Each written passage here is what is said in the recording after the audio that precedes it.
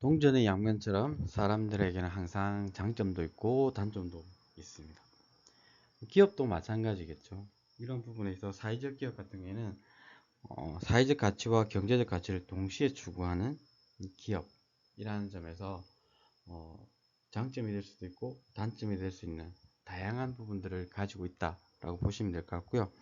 2007년도 사회적 경제 기업, 사회적 기업 육성법에 따라서 첫해 55개가 사회적 기업으로 인정이 되었다면, 2021년도에 실제 3064개, 557%가 증가하는 약점 투성이 처음 시작하는 인정제도이지만 기하급수적으로 늘어나는 부분을 볼 수 있습니다. 그리고 사회적 기업을 시작하거나 시작하려고 하는 사람 중에 가장 많이 듣고 처음 듣는 질문이 바로 당신의 아니면 당신 기업의 소셜 미션은 무엇입니까? 입니다. 사회적 기업의 정체성을 표현하는 한 문장이라고 표현할 수 있고요. 사회적 가치를 표현하는 문장이며 비즈니스 모델을 구축하는 데 가장 중요한 요소가 되는 거죠. 이번 시간에 공부하게 된 사회적 가치와 맞물리는 부분이라고 할 수 있습니다. 2021년 이후에 대기업 분도 다 ESG, 투자, 경영, 지속 가능 발전의 목표 이런 것들을 하면서 좀 더 구체화되는 부분이 보이지만 사회적 기업은 그 이전부터 이런 내용들을 담고 있었다. 비즈니스 모델을 한순간에 만들어지는 것이 아니고 끊임없는 고민과 자기 도전을 통해서 만들어지는 부분이라 할 수 있을 것입니다. 대표적인 기업 중에 하나가 소셜 미션이라고 이야기하는 사회적 책임 이런 부분들을 삼성 같은 경우에는 가족을 좀 중요시하고 있고 두산이라는 기업 같은 경우에는 사람을 이렇게 중요시하고 있다라고 보시면 될 것 같습니다. 이번 학기 동안 사회적 가치와 기업이라는 부분을 가지고 공부를 하게 될 것이고요. 이런 부분에 있어서 첫 페이지에 있는 이메일, 작년에도 이 메일을 사용했는데 kim의.ac.kr@gmail.com으로 소통하도록 하겠습니다.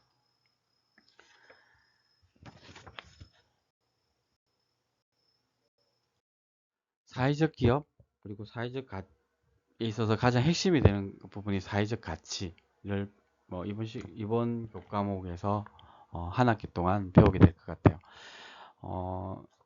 교과목에 대한 오리엔테이션을 먼저 시작으로 해서 수업을 진행하는 교사가 누구에 대해서 간단하게 소개하고, 그리고 저희 사회적 가치와 기업의 학습 목표 한 학기 동안 학습을 하면서 이것을 통해 무엇을 얻고자 하는지, 가장 아까 앞에서 이야기 드렸듯이 핵심이 소셜 미션, 어떠한 가치를 가지고 기업을 운영하는가에 대한 부분들을 이제 짚어볼 거고요. 평가 방법에 대한 내용들에 대한 것도 이야기를 해보고, 예비 사회적 기업이 과연 뭘까? 라는 이야기들을 해보면서 그러니까 지정 절차나 이런 것들도 한번 되짚어 볼 거고요. 그리고 사회적 경제에 대해서 한번 되짚어 보는 시간, 이 사회적 경제가 가지는 의미 이런 것들도 챙겨보도록 하고요. 더 나아가서 사회적 기업이 어떠한 근거를 가지고 요건이 뭔지를 챙겨보는 시간들을 가져보도록 하겠습니다. 과목은 사회적 가치와 기업이라는, 그러니까 일반 기업들은 이익을 가장 최우선에 둔다고 한다면 사회적 기업을 같은 경우는 사회적 가치, 문제를 어떻게 해결할 것인가에 대한 고민이 초점이 맞춰져 있다라고 보시면 될 것 같아요. 교재는 사회적 기업 비즈니스 모델 30이라는 책이고요. 출판사는 새로운 제안, 그리고 손정환 님이 작성을 했고요. 출판 연도는 2021년입니다. 이 교재는 뒤에 있는 기업에 대한 소셜 미션이나 이런 것들을 보기 위해서 하는 것이기 때문에 가능하면 구입을 하셔서 보시는 것도 좋지 않을까 생각을 합니다. 평가 방법은 출석 20%, 중간고사 25%, 기말고사 25%, 그리고 과제 25%, 기타 5%로 이렇게 해서 평가하도록 하겠습니다. 뭐 중간고사와 기말고사 이런 내용들도 보면 뭐 오픈북으로 진행하도록 최대한 노력하도록 하겠습니다. 지금부터는 이제 예비 사회적 기업에 대한 부분들을 한번 꼼꼼하게 챙겨보도록 하겠습니다. 예비 사회적 기업은 사회적 가치를 창출하는 기업이 인정 사회적 기업의 요건을 갖추기 전에 광역 지방자치단체나 중앙부처의 장애 지정, 그러니까 이거는 그러니까 지역형, 뭐 부처형 이렇게 표현하기도 합니다. 그리고 2021년 8월 기준으로 전국 예비 사회적 기업은 1775개가 있었고요. 수도권이 33.9%. 16페이지 아래에 보면 그러니까 어느 지역이 많은지 경남의 경우 그때 당시에 116개의 부분이 있었다라고 말씀드릴 수 있을 것 같아요. 그러면 사회적 기업이 되기 위해서는 예비 사회적 기업이 반드시 되어야 하느냐? 그렇지는 않다라는 거죠. 예비 사회적을 거치지 않고도 바로 사회적 기업으로 인정받을 수 있으며 예비 사회적 기업 지정을 받은 뒤 3년 이내에 사회적 기업이 될 수 있습니다. 다만 초기 기업의 경우 예비 사회적 기업 지정 기간인 3년 동안 재정과 컨설팅 지정을 받으며 비즈니스 모델을 지속함으로써 기업이 성장하는 데 도움을 받을 수가 있습니다. 이 또한 정부의 우선순위에 따라서 지원이 최근 3년간은 중단되기도 했었죠. 예비 사회적 기업의 구분을 한번 해보면 아까 지역형이 있고 부처형이 있다라고 말씀을 드렸는데요. 지역형 예비 사회적 기업은 사회적 목적 실현과 영업 활동을 통한 수익 창출 등 사회적 기업 인정을 위한 최소한의 법적 요건을 갖추고 있으나 수익 구조 등 일부 요건을 충족하지 못하는 경우에 16개 권역의 광역 지방자치단체장이 지정하는 기업의 형태를 말합니다. 요건을 보완하는 등 방법의 방법으로 향후 사회적 기업으로 인정이 가능하도록 그러니까 좀 격려한다라는 부분이고, 다만 지역형 예비 사회적 기업은 사업장의 주소 이전 시 이전된 시도에서 다시 예비 사회적 기업을 지정받아야 하는 부분이 있습니다. 그러니까 그 지역에 이게 광역을 넘어설 경우에는 다시 해야 되는 부분이 있습니다. 지역형 예비 사회적 기업에 대한 자세한 문의는 한국사회적기업진흥원인데 오늘로 연락해야 되는 거고, 중간 조직들은 최근 정부 이제 앞전 정부에서 통폐합을 하는 부분에서 전국에 도단위 한 개씩 있던 것이 5개 권역에 밖에 지원이 안 되는 이런 부분에 아픔을 겪기도 했습니다.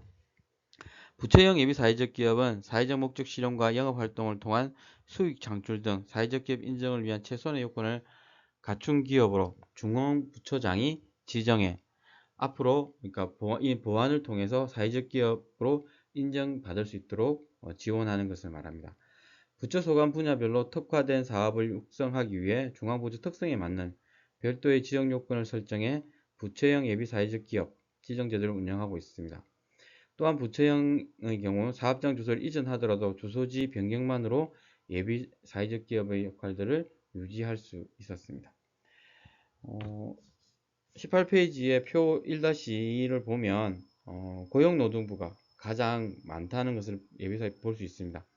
그리고 국토교통부, 그리고 그 다음은 산림청이 의외로 좀 많죠. 문화체육관광부도 55개 정도가 있었다. 총 부처형 같은 경우는 1088개가 운영이 되고 있는 부분이었습니다.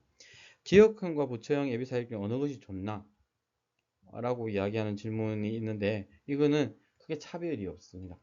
우리가 향후 사회적 기업이 되기 위해서 가장 유리한 부분을 찾아서 진행하면 되는 거죠.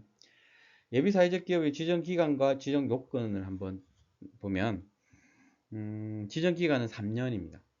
지정되고 날부터 3년이 경과할 때까지 유효하게 되고요. 유사 사업으로는 마을기업, 농어촌 공동체 회사, 기초단지 지정하는 예비 사회적 기업에 이런 참여한 경우 해당 사업에 참여한 기간을 합산해서 유사 사업이 이렇게 합산해서 한다는 것들을 알아두시면 좋겠고요. 중복 지정이 가능하지만 재정 지원은 중복이 불가능하다. 예비사회적 기업 지정이 3년이 지나면 예비사회적 기업으로서의 혜택을 받을 수 없게 되고 지정기간은 사회적 기업을 준비하는 최대한의 기간을 의미하므로 인정을 준비하는 시간이 적게 소요된다면 예비사회적 기업 지정 뒤 바로 사회적 기업으로 인정을 신청할 수도 있습니다. 예비사회적 기업 지정 요건을 보면 사회적 기업 육성법 8조 9조 1항에 나와 있는데요. 이렇게 크게 5가지 유형으로 신청을 할 수 있고 조직 형태는 민법에 따른 법인, 조합, 상법에 따른 회사, 합자조합, 특별법에 따른 법인 또는 비영리 민간체 등 대통령령으로 정하는 조직 형태를 갖추어야 하는, 그러니까 법인격을 가지고 있어야 된다는 겁니다.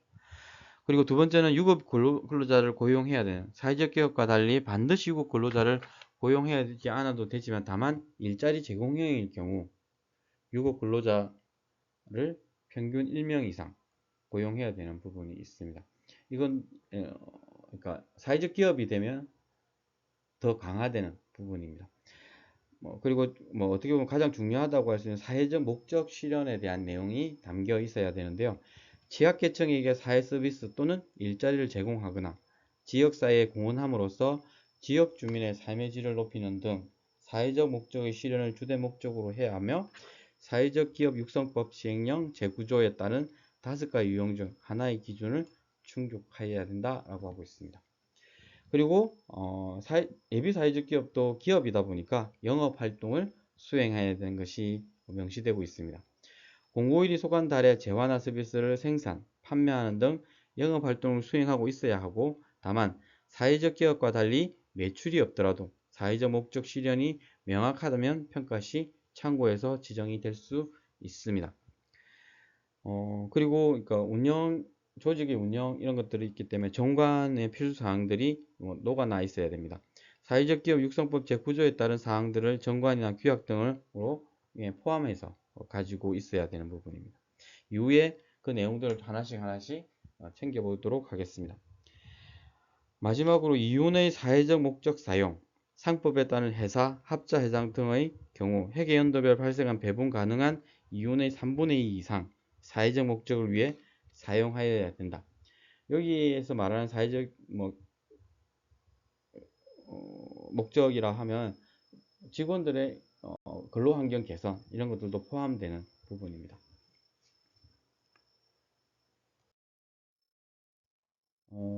여기서 좀 유사한 개념으로 사회적 경제기업이라는 게 있습니다. 그럼 사회적 경제기업은 뭘까? 사회적 경제기업이라는 단어를 자주 사용하게 되고 자주 들었을 수 있을 겁니다. 사회적 경제는 사회적 목적과 민주적 운영, 관리 체계를 가진 호혜적 경제활동과 나눔의 재분배 원리로 움직이는 경제로 예비사회적 기업, 사회적 협동조합, 마을기업, 자활기업 등이 사회적 경제기업의 대표적인 예라 할 것입니다. 예비사회적 기업과 마을기업, 자활기업은 개인 사업자 이외의 모든 기업이 신청할 수 있는 인정제도이며 사회적 협동조합은 회사 형태를 의미하게 됩니다. 또한 일반 협동조합은 영리기업, 사회적 협동조합은 비영리기업으로 구분하여 인정을 하고 있고요. 어떤 기업 형태든 본인이 가장 활용하기 좋은 기업의 형태를 선택하면 됩니다. 최근에 저도 이제 그 예비사회적 기업이 지정되고 끝난 상태이기도 합니다. 그런 부분에 있어서 그러니까 이후에 조금 더 빨리 갈 수도 있고 늦게 갈 수도 있고 그리고 조직 형태를 협동조합으로 했기 때문에 조금 그러니까 사회적 기업은 아니지만 사회적 경제기업에 협동조합이 들어가서 조금은 여유롭게 이 부분을 챙길 수도 있다라는 부분이고요. 22페이지 표를 보면 기업 부분에서 상법이나 협동조합 이런 게 있는데요.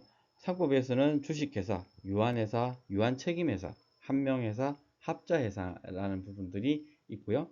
협동조합 기본법에는 협동조합에도 일반 있고 사회적 협동조합이 있습니다. 민법에는 사단법인이 있고요. 그래서 상법에 있는 주식회사, 유한회사, 유한책임회사, 한명회사, 합자회사 같은 경우에는 목적이 이윤의 극대화에 있습니다. 하지만 협동조합 기본법에 있는 일반 협동조합이든 사회적 협동조합은 조합원의 이익정진, 실력정진에 있고 민법에 있는 사단법인의 경우에는 목적이 공익 또는 영리를 추구하지 않는 것, 비영리에 대한 고민들을 담고 있습니다. 그리고 운영 방식이 조금씩 다른데요. 상법에 있는 주식회사 같은 1주 1표, 유한회사는 1자 1표, 그리고 유한책임회사, 뭐 한명회사, 합자회사는 또 1인 1표를 행사하게 되는 거죠. 그리고 협동조합 기업부에 있는 거는 협동조합이 가장 강조하는 것 중에 하나인 민주적 운영에 대한 벌써 1인 1표, 민법에 있는 사단법인도 마찬가지로 1인 1표를 하고 있습니다. 설립 방식 같은 경우에는 같은 법인이지만 뭐 상법에 있는 5개 유형의 뭐 회사 같은 경우에는 신고제입니다. 하지만 협동조합 기업부에 있는 거는 일반 협동조합은 신고, 영리 기업이 되는 거고 사회적 협동조합은 인가입니다. 그것도 중앙부처의 인가를 받는 비영리 형태를 가지고 있고 사단법인 같은 경우는 허가제를 가지고 있고요. 책임 범위를 보면 주식회사, 유한회사, 유한책임회사는 유한책임을, 그리고 한명회사 같은 경우는 무한책임, 합자회사는 무한과 유한책임이 공존하고 있고 협동조합 같은 경우에도 유한책임, 민법은 책임이 없다라고 보시면 될 것 같아요. 그리고 규모는 뭐 주식회사는 대규모, 그리고 뭐 유한책임, 한명, 합자회사 같은 경우는 주로 중소규모, 그리고 협동조합 기본 같은 경우는 이게 소규모에서 점점 조직원이 늘어나면서 대규모로 바뀌고 있고 사단법인 같은 경우는 소규모예요. 그리고 성격은 주식회사는 물적 결합에 대한, 그러니까 주식에 대한 부분이 많죠. 그리고 유한에서는 물적과 인적, 그리고 유한책임에서도 물적과 인적, 그리고 한명에서는 인적 결합이고, 그리고 합자는 물적과 인적, 그리고 협동조합은 인적 결합, 민법도에 있는 사단법인도 인적 결합에 대한 부분. 대표적인 기업으로 보면 주식회사는 삼성전자를 들 수 있을 것 같고요. 유한회사 같은 경우에는 뭐 대표적인 게 여러분이 아는 기업 애플 코리아가 유한회사에 대한 부분이 있는 거죠. 그리고 유한책임회사는 뭐 이런 기업들이 있다. 한명회사 같은 경우는 법무법인들이 조금 그런 부분을 많이 하고 있고요. 그리고 합자회사 같은 미래셋 이런 것들이 있다고 하는 거고, 그리고 협동조합 기본법에 있어서 일반 협동조합, 그리고 사회적 협동조합이 가장 큰 규모가 의료 뭐 협동조합 이런 것들이 있을 거고, 사단법인 같은 경우는 학교, 병원, 자선단체, 동계단체 등이 있다. 실질적으로 상법에 있는 모든 회사하고 협동조합의 일반 협동조합 같은 경우는 영리법인으로, 그리고 사회적 협동조합과 뭐 사단법인 같은 경우는 비영리법인으로, 그리고 이 모든 것들이 사회적 기업과 마을기업으로 지정을 받을 수 있다 라고 말씀드릴 수 있을 것 같습니다. 이어서 사회적 기업을 공부하기 전에 사회적 경제에 대한 부분을 한 번 더 짚어보고 들어가도록 하겠습니다. 사회적 경제의 유래는 이상적인 사회주의, 지속 가능한 개인 경제, 개발과 관련해서 자유주의, 인간적인 측면을 강조하는 기독교적 연대주의를 모두 고려하면서 형성되었습니다. 19세기 중반 사회경제적 기금 조성의 수단으로 협동조합에서 유래가 되었고, 조직의 결사체 형태로 투자자의 권한과 시장경제를 견제하기 위한 수단으로서 시장경제에 의존하면서 도움이 되는 존재로 인식되기 시작했던 게 사회적 경제입니다. 또한 사회적 경제 같은 경우에는 프랑스의 경제사상가인 샤를 지드에 의해서 처음 사용되기도 했습니다. 기업의 사회적 공헌활동, 협동조합 및 노동조합 등의 결사체, 그리고 사회적 입법을 통한 공공규제로서의 정의를 하고 있습니다. 사회적 경제의 다각적인 정의를 한번 살펴보면 자본주의 및 자유시장 경제의 발전으로 인한 불평등과 빈곤, 그리고 더 나아가서 다양한 사회 문제들을 해결하기 위한 수단으로 제기되기도 했고, 사회적 질서 속에서 사회적 가치를 실현하기 위하여 화폐적 및 비화폐적 자원을 바탕으로 재화의 생산, 교환, 분배, 소비하는 조직들로 구성된 경제활동들의 영역을 말하기도 했습니다.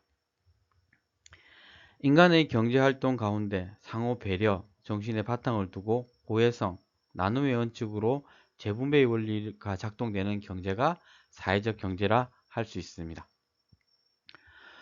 사회적 경제의 국가별 정의를 한번 살펴보면 유럽은 조금 크게 본다고 한다면 정부로부터 최소한의 도움과 지역사회를 기반으로 시장경제에 맞서기 위해 독자적이면서도 연대적인 경제를 사회적 경제라고 이야기했고, 여기에는 협동종합, 상호부조조직, 자발적 결사제 등이 여기에 포함된다고 말할 수 있습니다. 그리고 미국 같은 경우에는 비영리 조직의 형태로 이익을 전혀 배분하지 않는 경제를 사회적 경제라고 이야기하고, 여기에 속하는 것들을 보면 자선조직 또는 지역사회 봉사조직 등이 여기에 포함된다고 할 수 있을 것입니다. 더 나아가서 주식회사인데 사회사업을 하는 이런 것들도 여기에 이제 지금에 와서는 포함되고 있다라고 보시면 될 것 같고요. 우리나라 같은 경우에는 영리 목적의 사적인 이익을 추구하는 시장경제가 아닌 사회적 가치와 공익성을 추구하는 공익경제, 그리고 공익성을 추구하는 공익경제, 개인의 이익보다 지역사회 공동체의 이익을 강조하고 연대와 통합을 최우선 가치로 하는 공동체 자본주의 혹은 나눔과 호혜의 경제를 사회적 경제라고 이야기하고 있습니다.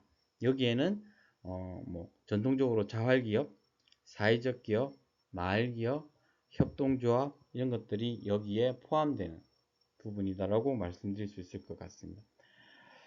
크게 유럽, 미국, 한국이 다르지 않은데 조금씩의 차이는 두고 있는 거죠.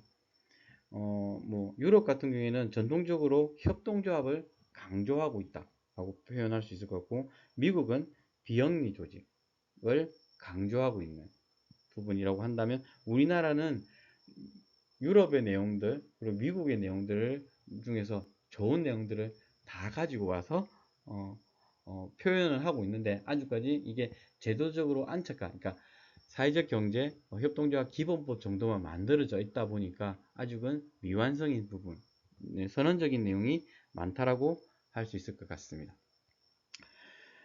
좀 더 나아가 보면 사회적 경제 활동의 핵심적 요건이 뭐냐라는 것을 보면, 첫 번째는 공동체 이익을 지향하는 명확한 목적을 가지고 있다. 그리고 두 번째는 운영이나 경영에 있어서 자율성을 부여한다. 그리고 세 번째는 자본 소유에 의해서 종속되지 않는 민주적 의사결정 구조를 가지고 있다. 대표적인 게 협동조합 같은 경우 1인 1표, 돈을 얼마나 출자하냐가 중요하지 않는 부분인 거죠. 그리고 네 번째는 이윤 배분에 제한을 두고 있습니다. 그러니까 일정 정도, 아까 사회적 기업이라고 했을 때 일정 정도의 비율, 4분의 3 정도 이상의 사회적 목적에 사용한다라는 부분을 담고 있는 거죠. 이어서 사회적 기업에 관련된 내용들입니다. 사회적 기업이란 재화나 서비스를 생산, 판매해 수익을 창출하는 기업이지만, 그 활동의 동기가 사주나 주주의 이익 실현이 아닌 사회적 목적을 실현하는 것을 목적으로 하는 기업이다 라고 말씀드릴 수 있습니다. 흔히 보는 영리기업의 경우 이윤 추구를 목적으로 영업 활동을 하는데 반해, 사회적 기업은 사회 서비스 제공, 각종 사회 문제 해결, 지역 통합, 일자리 창출, 그리고 사회적 목적을 위한 영업 활동을 한다는 점에서 차이가 있을 수 있습니다. 23페이지에 표 1-3을 보면 사회적 기업의 개념인데요. 왼쪽에 같은 경우에는 사회적 가치 창출을, 오른쪽은 경제적 가치 창출을 한다고 했을 때, 가장 왼쪽에 있는 게 전통적인 비영리, 아까 사단법인이라고 했던 기관들이고, 왼쪽에 있는 게 수익 창출을 하는 비영리 기관, 사회적 책임 기업, 그리고 사회적 책임을 하는 기업, 전통적인 기업, 이렇게 해서 순서로 있는 거고, 아까 앞에 있는 파란색으로 나타나는 수익 창출을 활동을 하는 비영리 기관, 그리고 사회적 책임의 기업, 사회적 책임을 활동을 하는 기업, 이게 사회적 기업 영역에 포함된다 할 수 있습니다.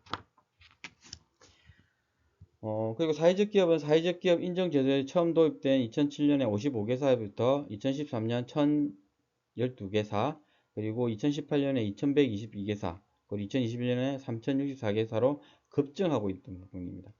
그리고 예비 사회적 기업과 유사하게 수도권에 예비보다 좀 더 많은 41.3%가 집중되어 있다는 것을 볼 수 있습니다. 표 1-4를 보면 서울이 549개, 경남은 149개, 의외로 제주가 규모에 비해서 많은 76개, 이런 형태로 의외로 대전이 좀 작은 이런 부분을 차지하고 있습니다.